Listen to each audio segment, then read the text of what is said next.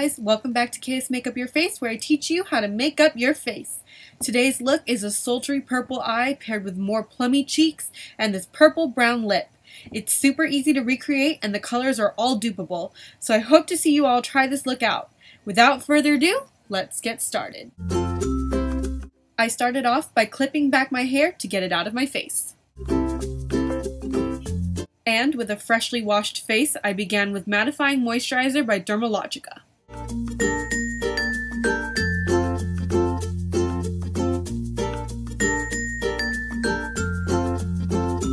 Next, I primed the heck out of my face.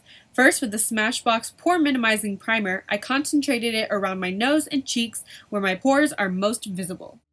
Next, I used the Makeup Forever Mattifying Primer around my T-zone, as I can get pretty oily throughout the day.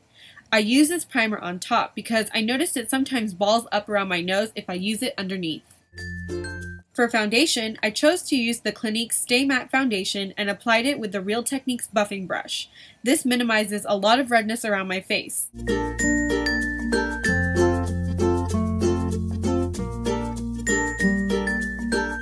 Moving on to concealer, one of my favorites is still the MAC Studio Finish Concealer. Nothing more to say except that this concealer is a real game changer. To set the face, I took the same brush I used to apply my foundation and the L'Oreal Infallible Pro Matte Powder. Can you sense a theme with all the matte products?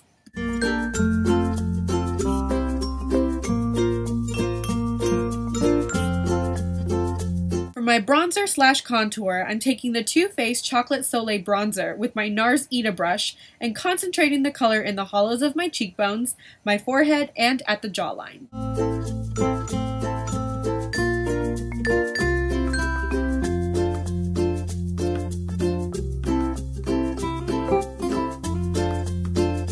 While applying this plum blush from theBalm, I totally thought I was overapplying, but now looking back at the footage, I guess I got just the right amount.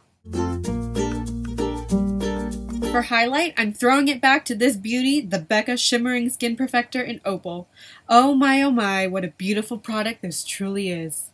Okay, so I sped right through the face to get to the good stuff, the eyes. I began by applying the Blackberry eyeshadow messily from the lash line up to the crease with this fluffy blending brush. As you can see, I'm taking my time with blending, to the point where it's practically diffused to nothing by the time it reaches the crease.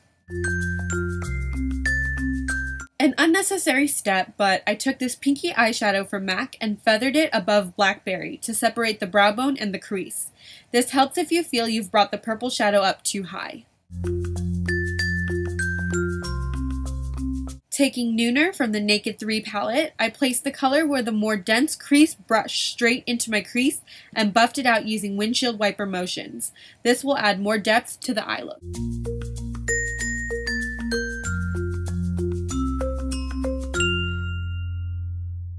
I always take a clean, fluffy brush and blend out in between shadows and blend using circular and back and forth motions to make sure I didn't miss any harsh lines. For my brow bone highlight, and to clean up the purple shadow that was brought up too high, I used the Wet n Wild shadow in Creme Brulee, then blended it out with the fluffy brush once more.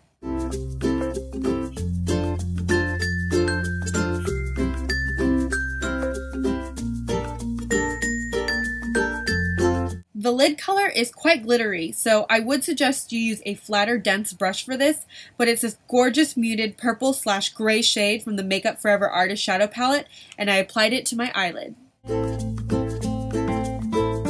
Instead of working our way up from lid to crease to brow bone, you'll notice that I'm actually going backwards and working my way down. I find this technique to be a lot easier for me when I do these types of eye looks. I'm using the Blackheart shadow from the Naked 3 palette and smudging that on my lower lash line, flicking outward. My eye look is pretty bare right now, but this is where it starts making sense. I'm taking Blackberry again on the stiffer blending brush and really working that into my crease. Notice that I'm taking the flatter part of the tapered brush and wiggling it, rather than using the tip of the brush and blending. This avoids losing too much shadow from the blending process.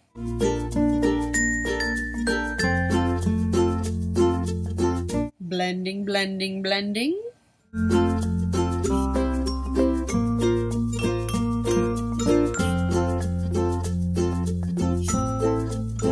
I've seriously fallen in love with this brush from Soho I got at Generation Beauty, and I've taken it with Blackberry again and smudged it on my lower lash line. This step really tickles and actually kind of freaks me out. Taking the other end of the same brush, I used the shadow Strange as my highlight shade for the inner corner.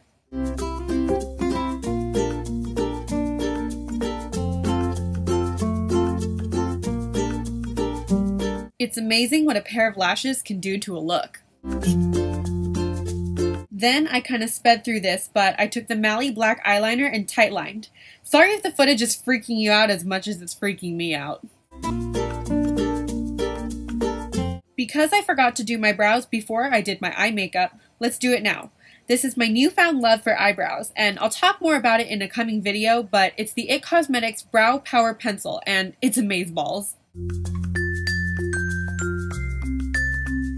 Don't forget to set your eyebrows with a brow gel if they're as unruly as mine.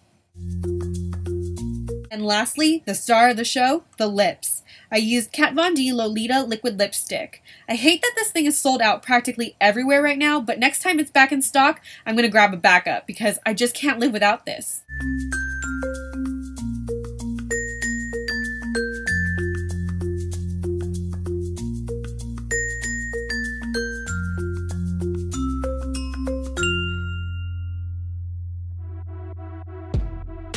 Take it slow, but it's not typical.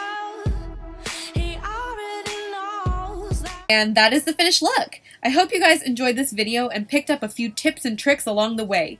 Please don't forget to like, comment down below, subscribe, and share this video, and I'll see you guys in the next one.